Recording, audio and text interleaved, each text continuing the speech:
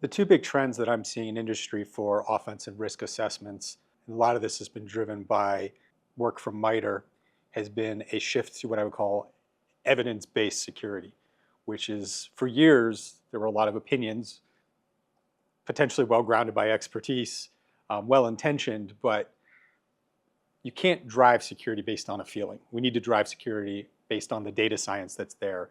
And that means in the evidence-driven approach, we're driving a threat signal through to understand how everything works.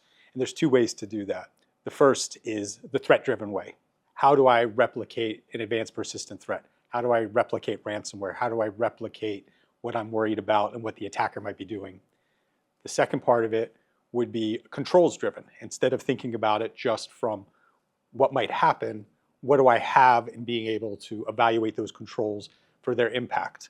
Now, there's two kinds of controls, preventative and detective. Detective actually underpin most of what we have. What can I see? But it's more important than just what do I see, it's how long does it take for me to see something. I've seen time and time again when we do purple team engagements with our customers that where something immediately reports from a host up to a SIM in a lab, that looks like it happens in seconds.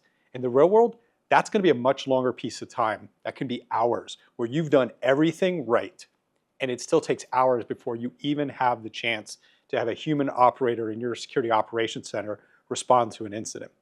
And then the final piece are preventative controls.